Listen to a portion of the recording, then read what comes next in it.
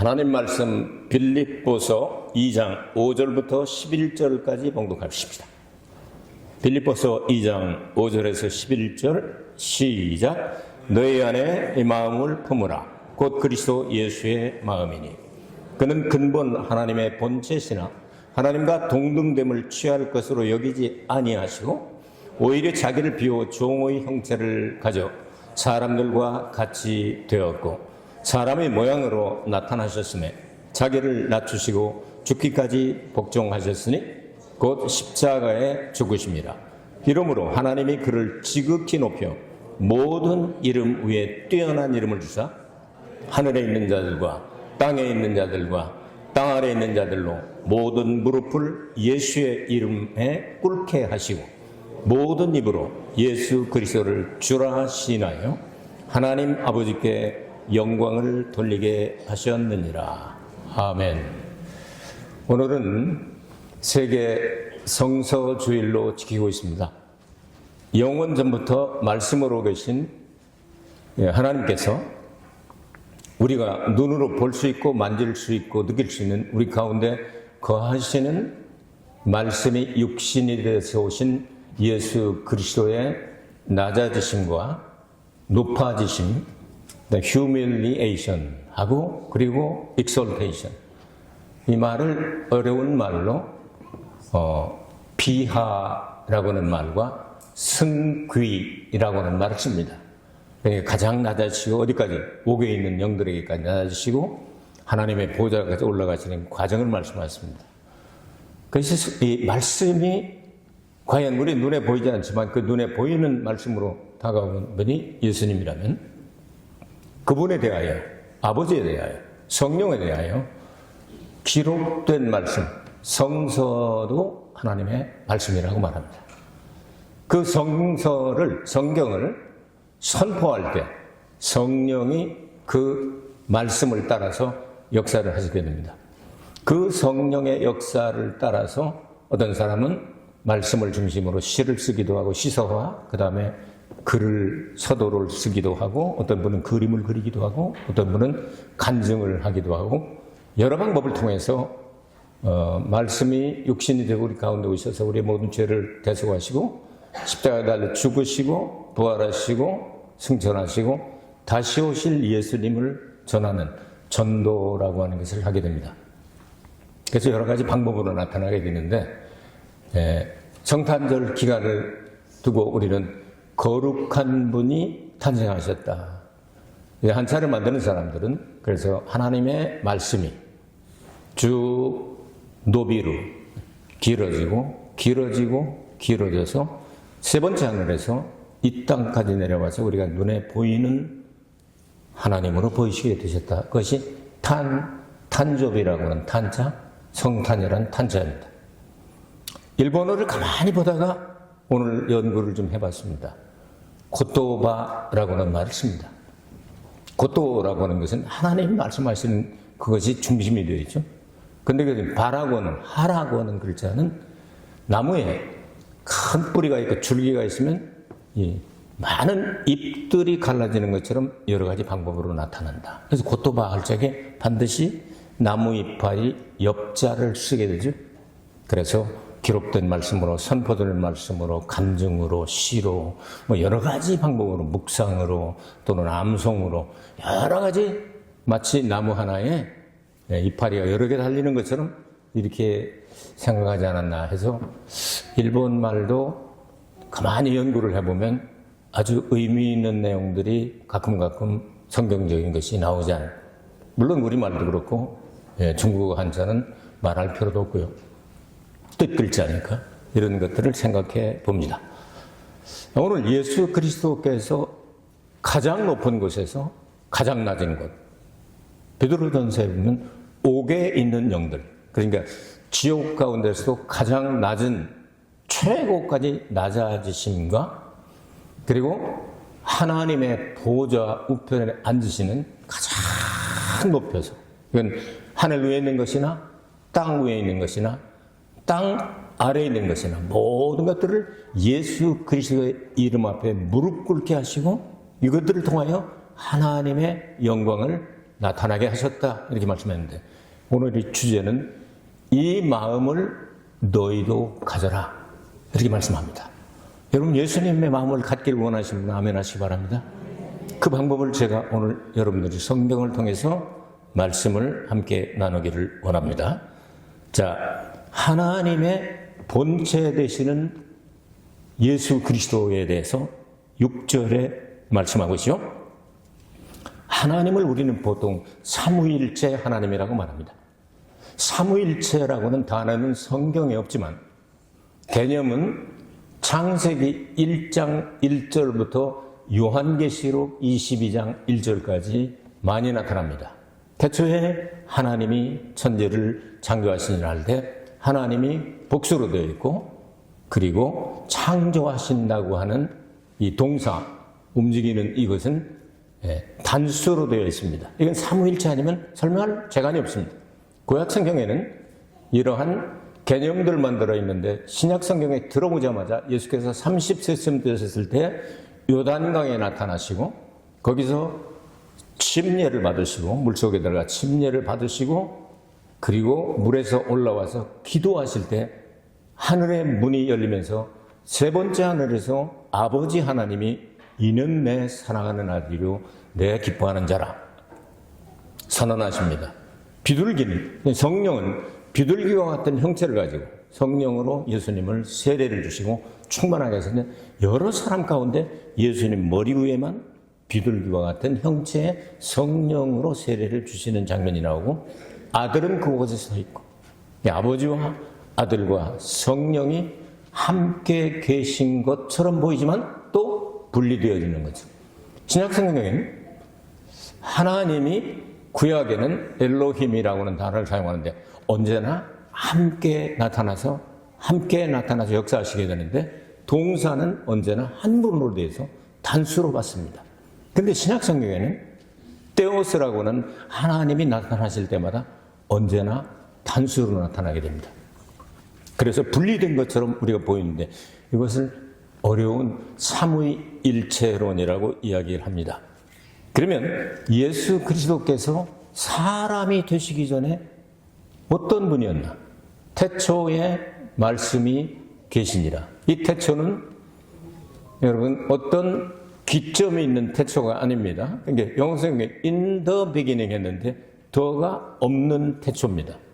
다시 말하면 무한 태초입니다. in beginning이 성경 원문입니다. 그러니까 얼마간인지 사람의 머리는 해석이 안 됩니다. 넓이나 깊이나 멀리나 이걸 알 수가 없습니다. 무한 태초라고 말할 수밖에 없습니다. 영원 태초에 말씀이 계시니라. 이 말씀이 하나님과 함께 계셨으니 이 말씀은 곧 하나님이라. 그런데 이 말씀이 육신이 되어 우리 가운데 한 번 거하신 적이 있다. 텐트를 치고 함께 계셨던 적이 있다. 그러니까 예수 그리스도께서 이 땅에 오시기 전까지는 영원한 말씀이 하나님으로 하나님의 삼위일체 성부 하나님, 성자 하나님, 성령 하나님 가운데 두 번째 성자 하나님으로 영원전부터 계시다가 나타나시게 되었다. 말세에 이렇게 나타나신 하나님으로 나타나. 이것이 바로 6절 내용이 되겠습니다. 7절과 8절에 보면 이 그 하나님과 동등하다. 비슷한 게 아닙니다. 동등하답니다. 거의 닮았다가 아닙니다. 99% 닮았다가 아닙니다. 똑같다.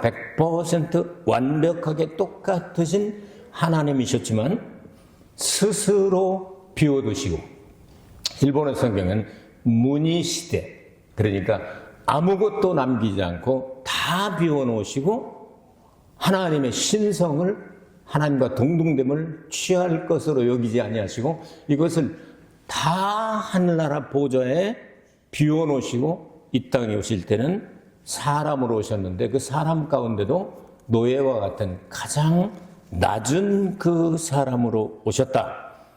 자, 그럼 여러분에게 질문하겠습니다. 대답을 잘 하셔야 됩니다. 예수님께서 하나님과 동등된 본체를 가졌지만 그것을 다 비워놓으시고 사람의 모양으로 오실 때 여러분 어떻게 생각하십니까? 하나님의 신성을 감추어서 한 1%쯤 가지고 왔다고 생각하시는 분이 계십니까? 아니면 완전한 사람이면서 완전한 하나님이시니까 50% 남겨두고 50%를 가지고 왔다고 생각하십니까? 아니면 다 비워놓으셨다고 그러니까 100% 신성은 비워놓으시고 인성, 곧 사람으로 오셨다고 생각이 되십니까? 오늘 성경 본문에 보니까 어떻게 되어 있어요? 1번이에요? 2번이에요? 3번이에요? 1번이 뭔지 몰라요? 2번이 뭔지 몰라요? 3번이 뭔지 다시 해주세요. 예, 다시 하겠습니다. 1번 99% 비워놓고 1%만 가지고 있어서 살그마니 가슴속에서 조금 숨겨놨다가 나중에 기적을 행하셨다. 두 번째, 아니다. 50%는 눈에 보이지 않아서 그렇지 다 숨겨서 여기저기다 다 숨겨놓으셔가지고 오셨다. 그래서 50%만 사람이다. 세 번째, 100%를 다 비워놓으시고 에케노세인이라고 하는 문의시대 스스로 비워두셨다고 하는 것은 누가 시켜서가 아니고 스스로 비워놨다고 하는 내용은 100% 비워놨다는 내용이거든요. 답을 가르쳐주면서 얘기하고 있어요. 그러니까 완전히 100%다 비워놓으시고 완전한 사람으로 오셨다. 1번, 2번, 3번 잃어버렸나요? 순서를? 다시 할까요? 1번이에요? 2번이에요? 3번이에요? 3번입니다. 그래서 30세쯤 되셨을 때까지 어떤 기적을 일으킨다든가 귀신을 쫓아다든가 이런 내용들이 나오지 않지 않습니까? 보통 사람으로 사셨지만 그러나 아담의 후손으로 오셨다고 성경은 기록을 합니까? 아니면 성령으로 잉태되셨다고 기록을 합니까? 성령으로 잉태되어 우리와 똑같은 피를 가지고 몸을 가지고 사람으로 오셨지만 죄는 없으시니라. 아멘이십니까? 그렇게 사시다가 이제 그러면 예수님께서 30세쯤 되셨을 때에 보통 사람으로 사시다가 요단강에 나타나셔서 물 침례를 받으시고 성령 세례를 물 세례 받으시고 성령 세례 받으시고 사역을 시작하시지 않습니까? 자, 그러면 이제 성령 하나님과 성부 하나님과 성자 하나님은 같은 분인데 똑같은 분이기 때문에 그럼 성령 하나님으로 완전히 물로 잠긴 것처럼 성령의 침례, 성령의 세례를 받았다고 한다면 하나님처럼 일할 수 있을까요? 없을까요? 똑같은 분이니까 할 수 있는 거죠. 거기에 대해서 성경은 이야기를 하고 있죠. 그래서 사도행전 10장 38절 말씀을 보면 그런 내용이 나와 있습니다. 사도행전 10장 38절 한번 보시기 바랍니다. 하나님이 나사렛 예수에게 성령과 능력을 기름 붓듯 하셨음에 저가 두루 다니시며 착한 일을 행하시고 마귀에게 눌린 모든 자를 고치셨으니 이는 하나님이 함께 하셨습니다. 믿습니까? 자, 그러면 예수님의 인성을 가지고 온 사람이 했다는 얘기예요? 아니면 하나님의 능력을 받아서 하나님이 했다는 얘기예요? 그러니까 100% 사람이면서 100% 하나님이시네요. 자, 사도행전 10장 38절 핸드폰 가지고 켜세요. 사도행전 성경 아직도 앞을 안 깔은 사람 있어요? 안 되지. 어딜 가더라도 이 성경을 앞을 깔아가지고서 열고 이렇게 볼 수 있어야 되죠. 자, 보세요. 하나님이 나사렛 예수에게 성령과 능력을 기름 붓듯 하셨으며 여기 떼어서예요. 이 하나님은 어떤 하나님일까요? 성령을 아들에게 부어주셨으니까 아버지요 아들이요 성령이요. 아버지 하나님이죠. 그렇죠? 자, 두루 다니시며 착한 일을 행하시고 마귀에게 눌린 모든 자를 고치셨으니 이는 하나님이 함께 하셨습니다. 여기 하나님은 똑같은 떼어서예요. 성령으로 막 입혀놓았으니까 성령 하나님이 함께 계신 거 아니에요? 그래서 그 능력으로 행하셨다 그런 뜻이에요. 이만큼 신약 성경에서는 본문을 통해서 성부 하나님인지 성령 하나님인지 성자 하나님인지 이것을 우리는 발견할 수가 있겠습니다. 자, 그러면 여러분들에게 질문 한번 할까요? 자, 예수님께서 우리를 위하여 속죄의 어린 양으로 십자가에 달려 죽으시고 3일 만에 저 옥에 있는 영들에게까지 복음을 전파하시고 부활되셨습니다. 부활하셨다고 우리 말하죠. 그렇지만 하나님께서 성령을 통하여 일으키신 거죠. 예수님은 하나님으로부터 영원히 버림받을 각오를 하시고 힘들고 어렵습니다. 마지막 겟세마네 동산의 기도에서 아버지요, 할만 하시거든 이 잔을 내게서 지나가게 하옵소서. 그러나 나의 원대로 마옵시고 아버지의 뜻대로 되기를 원하나이다. 믿으십니까? 예수님께서는 버림받을 것을 각오하고 그래도 아버지의 뜻이기 때문에 저는 갑니다. 이제 아버지만 믿습니다 하고 아버지께 영혼을 의탁하시고 내려가시게 되잖아요. 내려가서 복음을 전파하시고 그리고 3일 후에 아버지 하나님의 성령을 통하여 아버지께서 일으켜 주셔서 예수님이 부활이라고 합니다. 그러니까 가장 높은 데서 가장 낮은 데까지 휴밀리에이션, 낮아지셨다가 비하되셨다가 이제부터는 무덤에서 올라오기 시작합니다. 이걸 승귀, exaltation이라고 말하죠. 신학에서는 승귀라고 말합니다. 오를 승자에다가 귀할 귀자입니다. 귀하게 올려지기 시작을 하게 되는 거예요. 조금씩 올라가게 되는 거예요. 여러분, 한국에서 군인에서 제일 높은 사람, 이렇게 계급으로 따져서 제일 높은 사람이 별이 몇 개까지 있죠? 4개까지 있어요. 별을 4개짜리를 보면 거기에 1호차가 딱 지나가면요, 그 속에 잘 보이질 않아요. 사람 있는지 없는지. 운전수만 보이지. 그냥 운전수만 지나가도요, 거기다 대고 중이다! 경례를 딱딱 붙이죠. 별 4개 얼마나 뽀다고 납니까? 뽀다고가 나니까 막 다 충성을 하잖아요. 근데 어떤 일이 있어서 어떤 사명 때문에 1등병으로 논산훈련소에서 들어가서 그냥 배치를 받아서 청소나 하고 쓸고 있다면 같은 사람인데 여러분 누가 충성하겠습니까? 야 인마 일로 와봐 하면서 너 신입 일로 와봐 하고서 마음대로 다루지 않겠습니까? 여러분 그렇게 낮아지는 것 쉬운 일이 아닙니다. 예수님 지옥 끝까지 내려가셨다고 말이에요. 가장 낮아졌단 말이에요. 이게 쉬운 일이 아니죠. 근데 이제 올라가는 것 그렇게 이등병으로 들어왔는데 높아지고 공을 세우고 또 하고 해서 가장 높아져서 한국에서 제일 높은 별 4개가 딱 되면 똑같은 사람인데 지나가는 사람마다 멋져버렸어 하면서 그냥 충성 군대 가기만 하면 나 그렇게 되지 않겠습니까?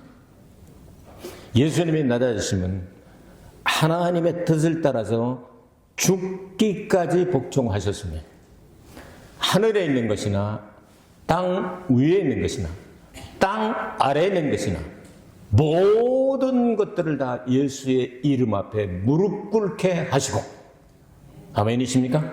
다 무릎 꿇어야 됩니다. 왜? 지옥 밑에까지 다 갔다 오셨으니까.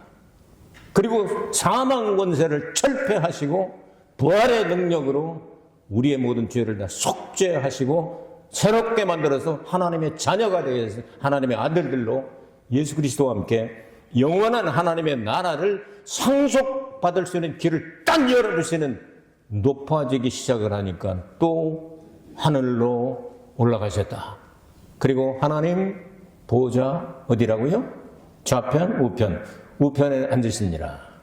그러나 하나님 보좌 우편에 예수님이 앉아 계시다면 다른 말로는 지금 예수님께서 우리와 같이 계십니까? 세 번째 하늘에 계십니까? 이거 이해가 안 돼요? 하나님 보좌 우편에 앉아 세 번째 하늘에 계시다고 하는 얘기는 다른 말로는 우리와 계시지 않다는 얘기예요. 그런데 삼위일체 하나님 가운데 성령 하나님은 예수님과 똑같고 아버지와 똑같아서 성령을 받은 사람들 속에는 성령이 하나님이 내주 내재하시니까 언제 어디서나 예수님은 영으로 우리와 함께 계시는 게 될 수가 있죠. 그러나 부활하신 못자국난 손 창자옥난 옆구리를 가지신 부활체를 입으신 그분은 지금 세 번째 하늘에 계시다면 그분은 우리가 지금은 볼 수가 없다. 언제 보냐? 부활의 날. 예수님이 재림하시게 될 때 예수님께서 다시 우리를 데리러 공중으로 나타나시고 우리는 무덤에 있든지 살아있든지 할 것 없이 부활의 옷으로 갈아입고 공중으로 끌어올려 가는데 이것을 한자로 휴거라고 말하고 영어로는 이거보다 더 큰 기쁨은 없다 해서 rapture라고 얘기를 합니다.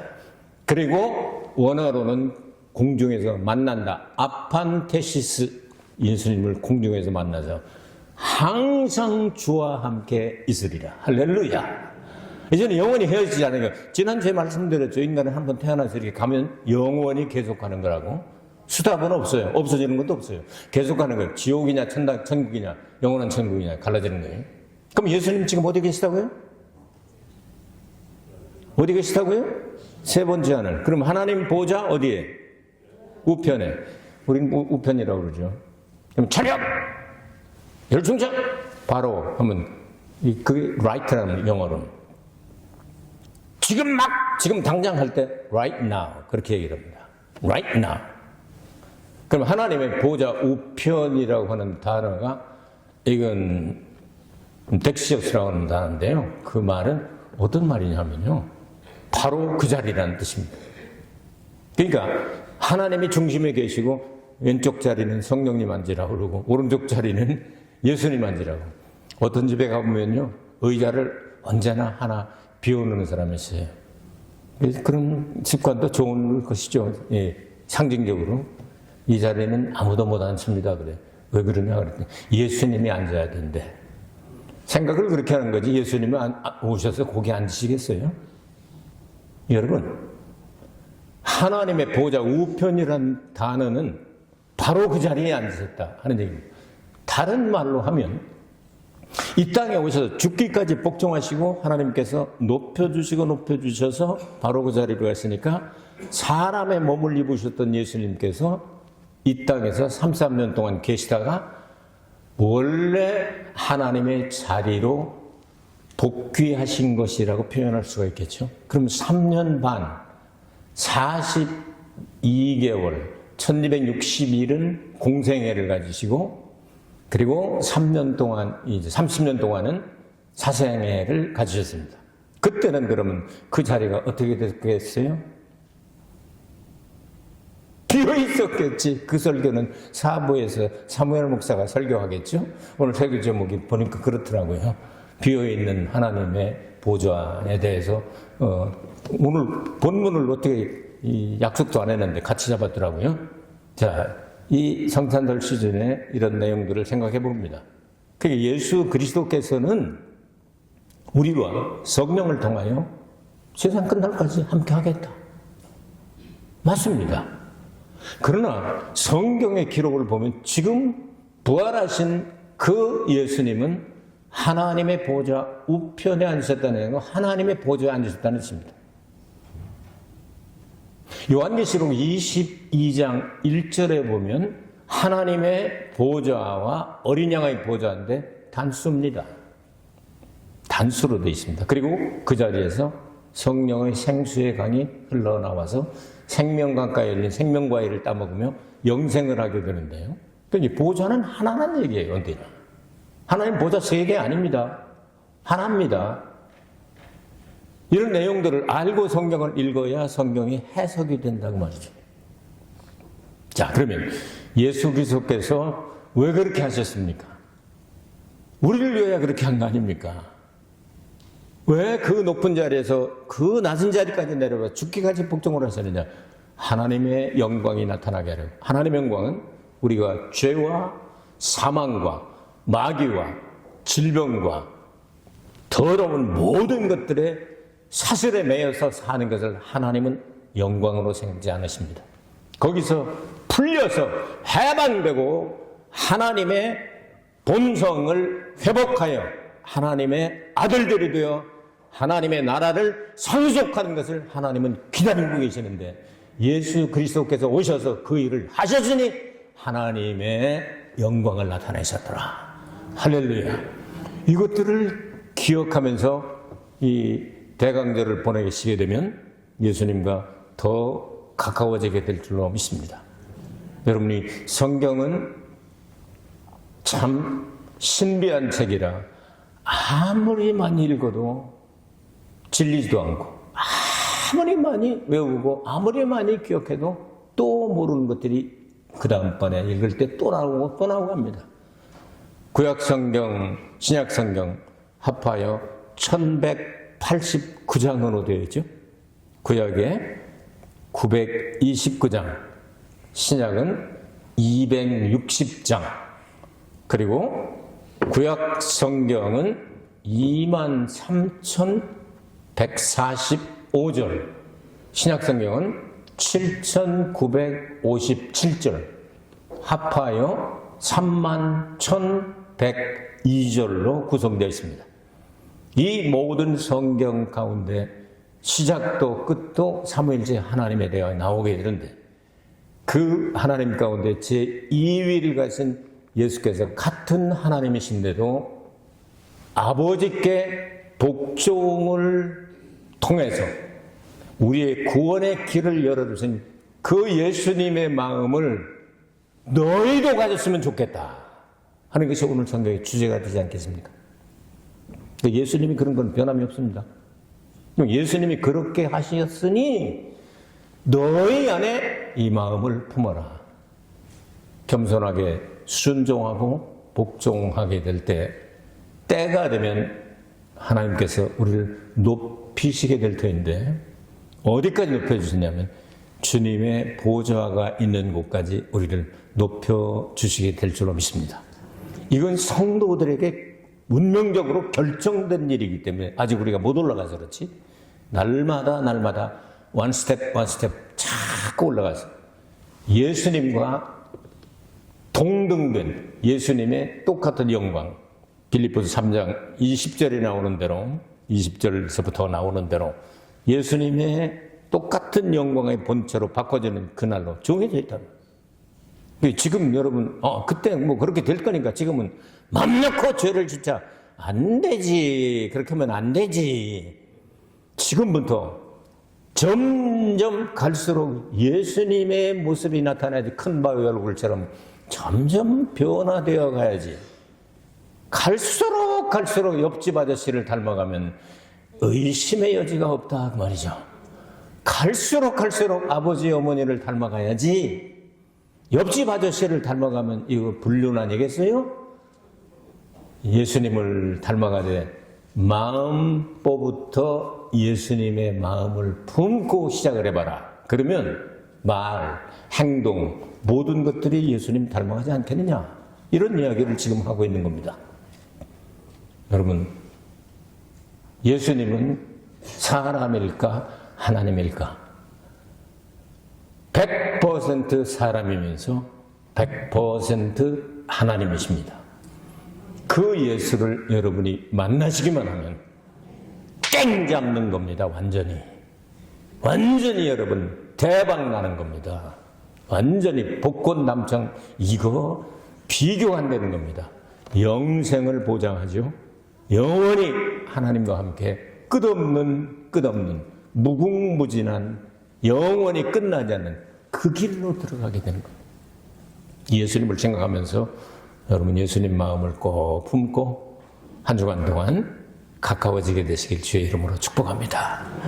은혜로우신 아버지 하나님, 오늘도 하나님 말씀을 들었사오니 이 말씀을 들은 자마다 실천하여 성경에 기록된 31,102절의 약속의 말씀이 다 우리의 삶 속에서 이루어지게 하옵소서.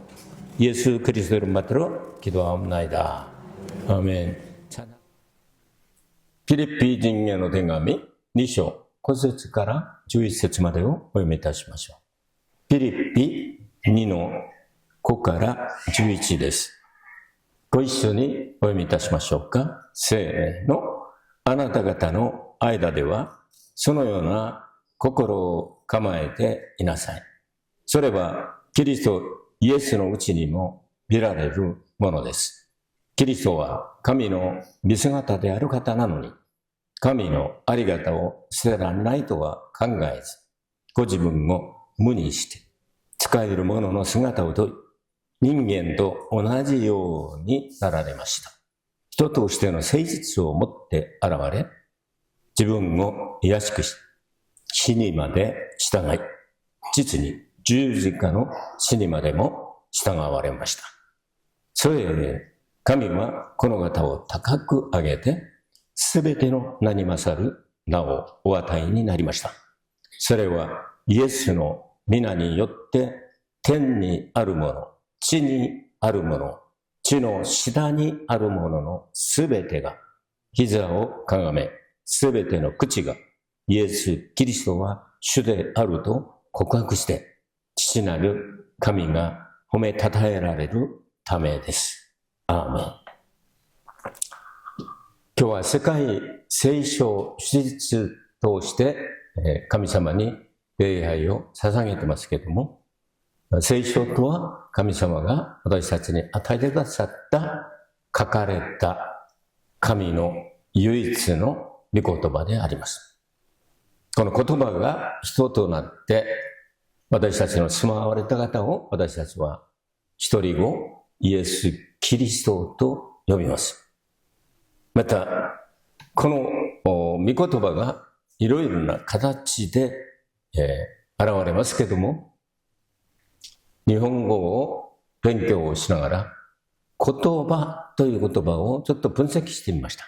ことは永遠に変わらない言葉でありますね。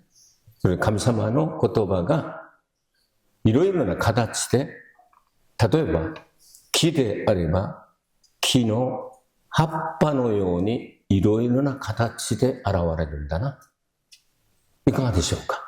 神様の御言葉は永遠に変わらない原理でありますけども、その神様の御言葉が聖書の記者たちに書かせたときには聖書となり、また御言葉が人という血を持っている人間の姿を取られたときには一人子イエス・キリスト救い主と呼びます。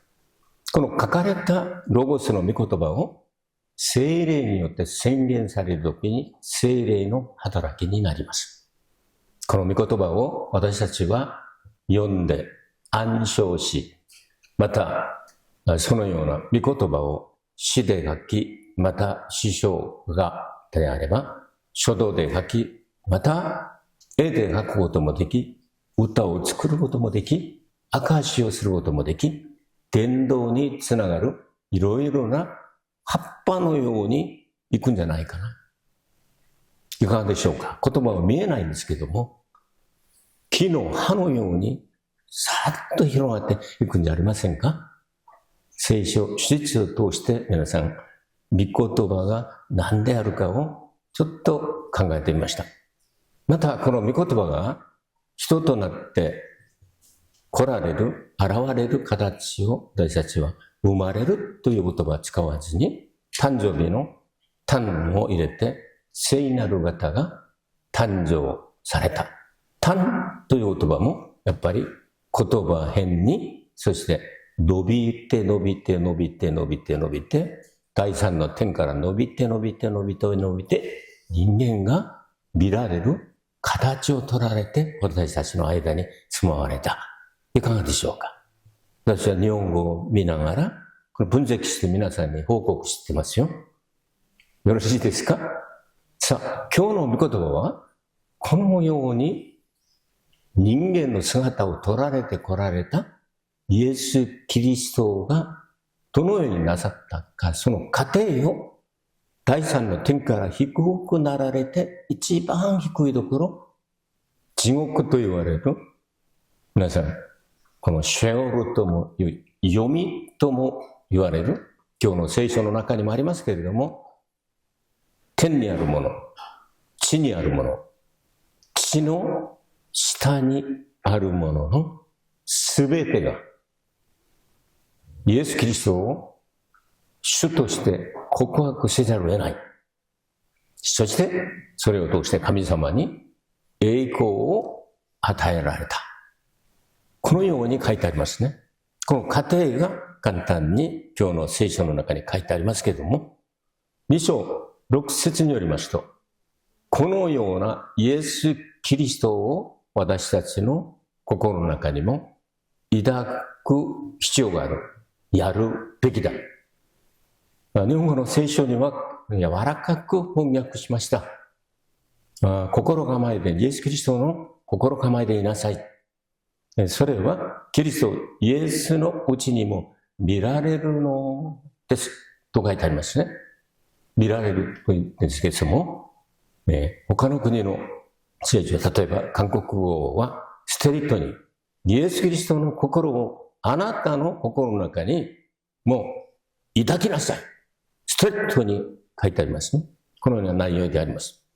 これが主なポイントでありますけれども、イエス・キリストの心を私たちの心の中に刻み、抱き、私たちと一体化しなければならないことを言ってますけど、一体イエス・キリストの心はどんな心だったんでしょうか。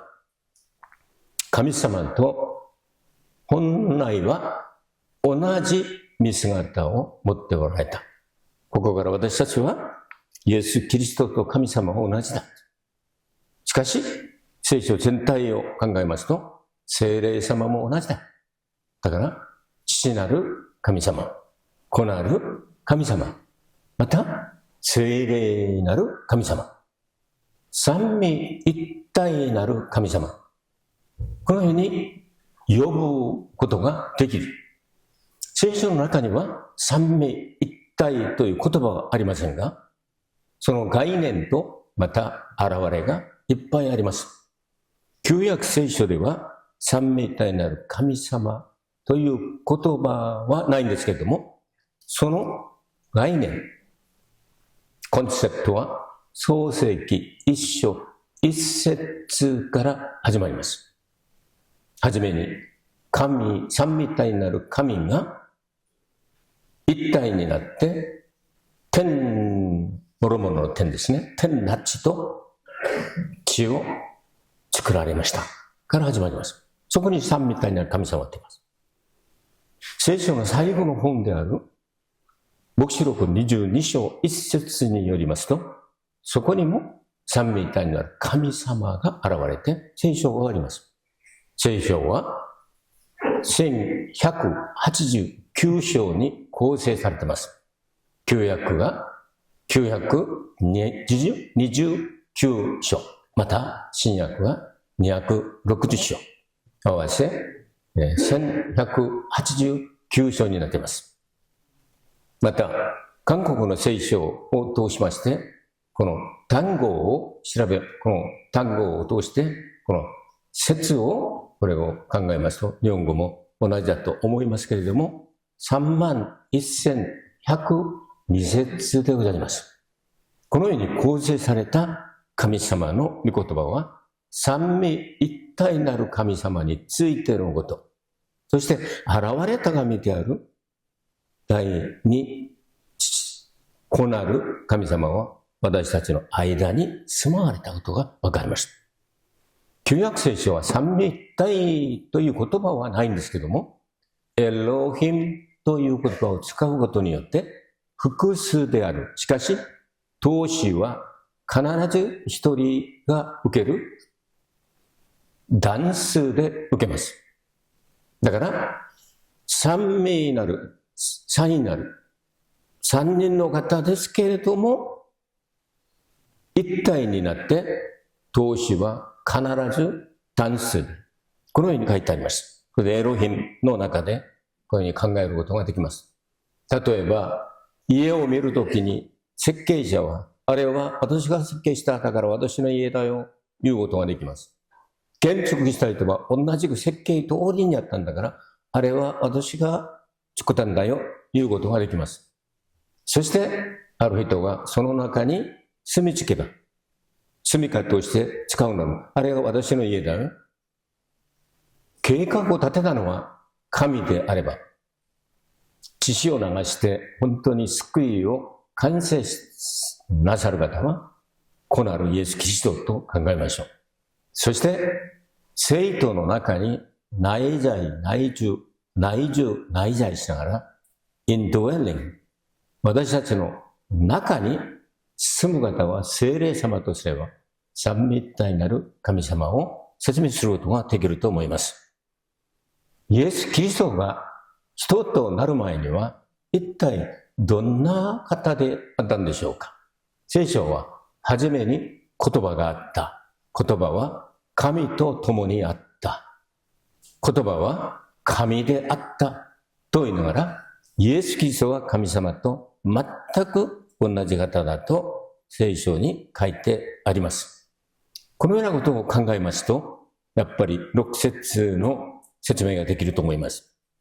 それは7節と8節によりますと、完璧な人を通してイエス・キリストを描写しています。神とすべての面におきまして、全く似てるんじゃなくて、全く同じ方なのに、自ら進んで、誰から強いられてではなく、強制的ではなく、自ら進んでそれを無にして、というと、エケノセンという言葉はですね、少しも残さず、全部を出した。そして、癒し、人の使えるものとしての姿を取られた。皆さんに質問してみましょうか。イエス・キリストが第三の点で、神と全く同じだったんですけれども、人になるために、見える形としての神として、人として来られたときに、皆さん答えてみてくださいよ。99% 人間で、1% ぐらいは神が入ってた。2番目。いや、神であり、人であるから、五分五分、50% である。それでは、3番で、神に属する、この品性を、誠実を、私たちは、神性というんです。神の品性と言って。神性を 100% 無にしておいて、パーフェクト 100% 人として来られた。どちらでしょうか。一番は 99% か人ですよ。2番手は 50% が人ですよ。3番手は 100% 人ですよ。どちらが正しいでしょうか。今日の聖書を読みながらわかりますか。すべてをエケノセン、無にしたというとは何も残さず全部残して。そしたら答えは何番ですか。この世に来られた時にイエス様は今説教したの皆さんわかんない？何%人でしょう？わかりませんか？答えをやっぱり教えた方が早いですね。100% でしょう？ 100% 私たちと同じ血を持って、形をとって、肉を持って、人間として来られたわけであります。この話です。無にしたということは、すべてを無にして、無は何もないことをなしというんでしょ。1% 持ってきた。そういう意味じゃないよ。30%、50% 持ってきた。そういう意味じゃないよ。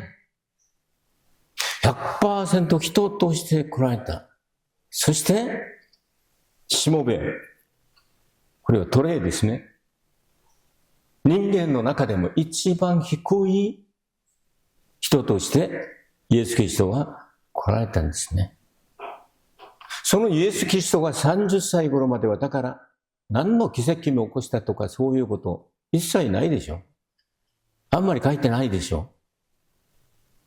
普通の人を通して、しかしアダムの罪が染まっている血筋を取らずに聖霊によって身ごもって、聖霊によってお生まれになったんだから罪はなかった。しかし私たちは全く同じ姿、全く同じ地、全く同じ人として来られた。だったら3年6ヶ月間、42ヶ月間、1220日間、働かれた時、イエス様は人として働かれたんでしょうか？違いますね。神として働かれたんですね。それに対して答えが使徒の働き10章38節にこう書いてあります。それはナザレのイエスのことです。神はこの方に聖霊と力を注がれました。このイエスは神が共におられたので、巡り歩いて良い技をなし、また悪魔に制せられているすべてのものを癒されました。アーメンでしょうか？そしたらここに神がそうなさった。聖霊の油が注がれた。そしてイエス様と共におられたのはどなたですか？聖霊なる神様でしょ。だから使徒の働き10章38節を読むときに神が2回出てるんですけども、前に出てる神は父なる神を意味します。油が注がれたものは子なる神様。油として表現されている神が共におられたのは聖霊なる神様。こっちも三位一体になる神様が一緒に働かれたのが分かりました。何回もずっと言ってますけれども、旧約聖書はエロヒムという三位一体の神様が一緒に働かれて、いつも投資、働くこの投資を受けるときにはダンスで受けたことを言ってます。しかし、この新約聖書では、テオスという神という言葉は、言葉自体が全てダンスであります。だったら三位一体の神様がどのように分解することができますか？しかし、離れたように見えますけれども、父なる神様が聖霊の油を注がれて、子なる神様が全く神様と同じく、全く人であり、100% 人でありながら、聖霊の力によって悪霊を追い出し、また罪を許し、死んだ者を生かし、病を癒し、いろいろな良い技をなさったと書いてあるんですね。このような内容を私たちがはっきりわからないと、非常に聖書を読むときに、どちらかな。イエス様が30歳頃になられたときに、ヨルダン川の岸にお見えになりました。バプテスマを受けられたときに、また祈られたときに、天の窓が開かれて、天から、第三の天から父なる神様が、これは私の愛する子。私はこの人を喜ぶという声をした。父なる神様ですね。子なる神様は、バプテスマを受けながら、聖霊のバプテスマを受ける場面であります。聖霊は、イエス・キリストのみに、そのところに、いっぱいの人でいたんですけども、イエス・キリストの頭の上のみに、鳩の形を通して注がれた。三位一体になる神様は、別々に見えるんですけれども、一緒に働くことができる方法を見せてくださいました。天から声がした。イエス・キリストは見える形として立っておられた。聖霊様は鳩のような形で、見えない聖霊様がイエス・キリストに注がれたことを言っています。三位一体になる神様の中で血を持って人となって死ぬことができる方はどなたでしょうか？父なる神です。違いますね。聖霊なる神、死ぬことができませんね。子なる神様は全く同じ人間の姿を捉えたんで、血を持っておられるんで、十字架の苦しみを受けて死ぬことができ、そして蘇らせることは、父なる神様が聖霊と共にイエス・キリストを起こしたわけであります。これを通して私たちは、イエス・キリストがこの世に来られたのは私たちの罪とその結果である死を征服し、そして私たちを新しく作り直すことが、再創造することができる道を開いてくださった。これがイエス・キリストの働きではないでしょうか。だから30歳頃までは、普通の人間としてイエス・キリストは、この大工と書いてありますけれども、これはテクノンという言葉は建築家という言葉であります。だからイエス・キリストはくびきとか、またこの大工の木材を関係する仕事のみならず、石も使い、また建物を建て、宇宙を設計して建物を建てたように、イエス・キリストは建築家、テクノンとして働かれることがわかります。だから私たちはこれを大工、このように簡単に翻訳したんですけれども、この大工という言葉、これはテクノンという言葉は建築家という言葉であります。宇宙の建築家はこの世に30歳頃まで普通の人を通して働かれた時も建築家として働かれたことが非常に面白いマッチングになるんじゃありませんか。このような話をしています。そのイエス・キリストの働きは、皆さん、このずっと前に読み上げたように、イエス・キリストはやっぱり聖霊のバプテスマを受けられた後に、すべての働きをなさるわけであります。その働きは、やっぱり十字架と復活に集中されています。十字架を通して罪を解決し、罪を解決することによって死を征服し、そしてイエス・キリストは天に昇り、元の3の天、第3の天ですね。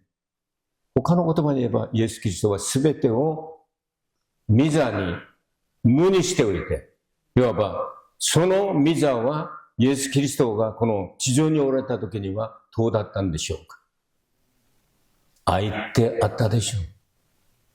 それに対しては4部礼拝でサムエル牧師が説教すると思いますよ。愛っていた御座だったんですよ。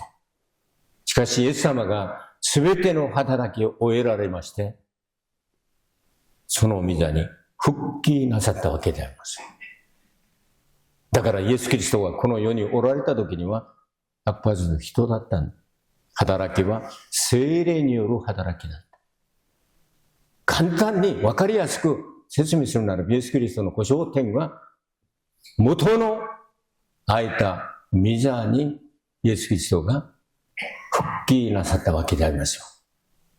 だから神の右の座に座られたと翻訳したんですけれども、その御座が父、子、御霊、3つがあるのではなく、その座、その御座、右の座がその御座という意味ですよ。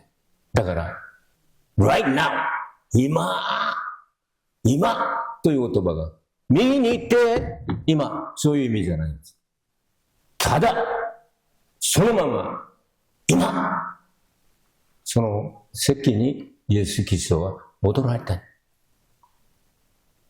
だったら皆さんに質問を一つします。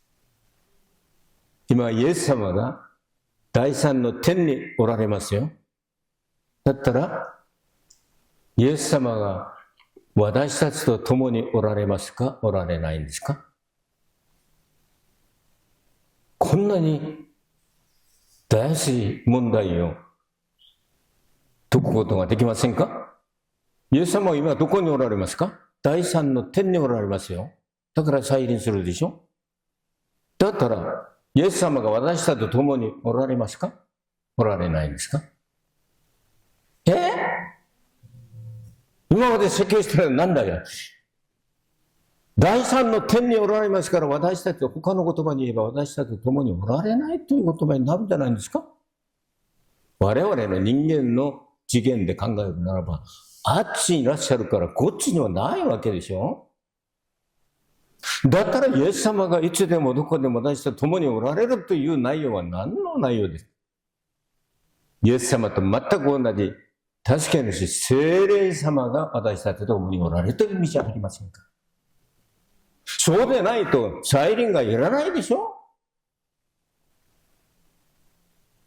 第三の天におられますから空中に降りてこられるわけですよ。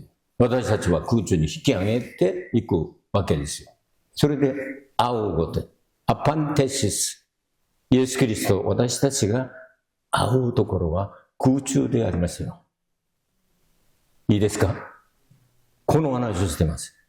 そのためにイエス・キリストは神様の御物であれば、本当はゲッセマネでお祈りをなさったときに、この杯を飲まなくてもよろしければというふうに質問したときに、神様は飲めとおっしゃったと思いますよ。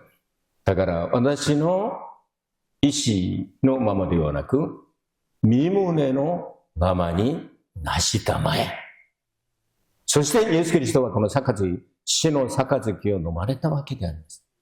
そして蘇らされて、死にまで服従する、この私の愛する子、私の喜ぶ者に全ての権威を与えよう。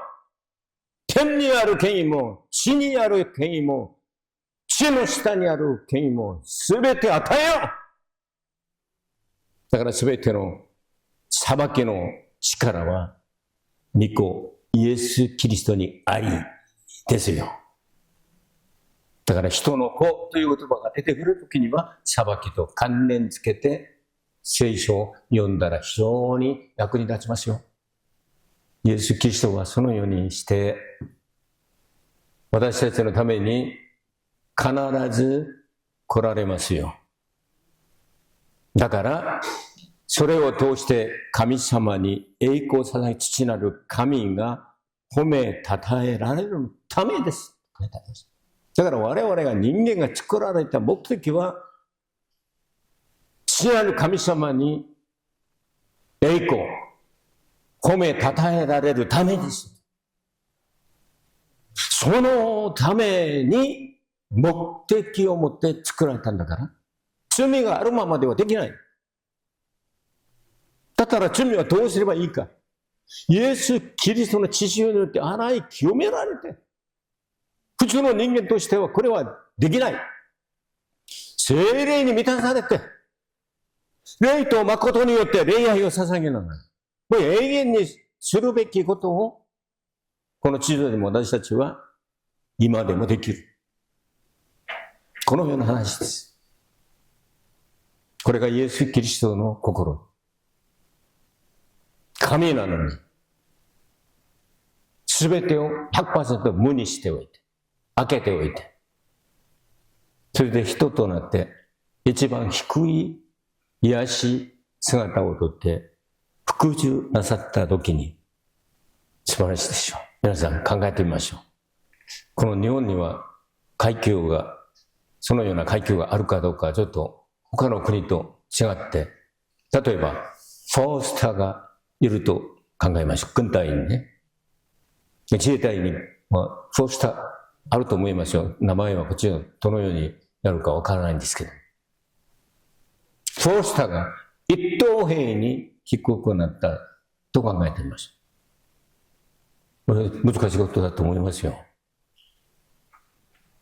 昨日までここに4つの星をさーっと至るとこにカッそう、休めと言いながらやったんですけれども、その翌日に見たら、一番低い一等兵の掃除とかやる人になって、そこに誰も、救世誓います。そんなことならないでしょ。一等兵、新品だな、この。新入りだな。イエス・キリストは一番低くなられたんですよ。ところが、それで終わったんじゃなくて、そこからまた這い上がって、どんどんエクソルテーション、この昇木というんですね。登る高、この尊い正気。非化された。一番卑しく下になった。非化された。これはですね、神学で一番地獄のようなところまで、極までイエス・キリストが下がって、そこから上がって、神に復帰した最高のエクソルテーションですね。最高のところまでイエス・キリストは上がられた。ただ出てきたんじゃない。そのイエス・キリストの心をあなたも抱きなさい。これが主体です。大公節を迎えまして、イエス・キリストがどのようになさったから一番低くなって死にまで服従してよみがえらされた。神様がよみがえらせなければ地獄で死ですよ。そこまで服従したため、神様が高く上げてくださったわけでありますね。この心をあなた方の心の中にもあってほしい。抱きなさい。このような内容が今日の聖書の主題であります。いかがでしょうか。皆さん、高くなろうと考えず、神の御言葉に従ってへり下っていけば、時が来ると神様が空中にまで引き上げてくださる時が必ずやってくるんだから。それがもっとかっこいいんじゃないんですか。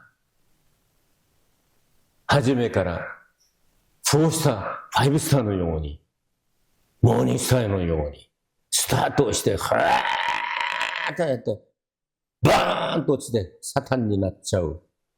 永遠の地獄で苦しみを受けるやつよりは、はじめに一番低くなって、高く上がって、神の次元まで空中で永遠に生きることができる人がもっとかっこいいんじゃありませんか。この大公節にこれを心の中に刻んでくだされば、必ず皆さんは信仰生活が楽しいと思います。私も上だから、一番低いものだから、イエス様もそうなさったのに、私は救われたことだけでも永遠に感謝するべきことだから、本当です。当たり前です。そうです。と言って皆さん、低いところを好きにしてみてください。そうすれば信仰が成長し、喜びが毎日倍化して、最後には神の栄光にまで登らせてくださると約束の御言葉ですよ。この御言葉をしっかり握りしめて1週間過ごしてください。主なる神様、ありがとうございました。今日の御言葉を通して私たちは信仰のあり方をよく学ぶことができますように、イエス・キリストの皆によってお祈りいたします。アーメン。栄光は父なる神様にあげましょう。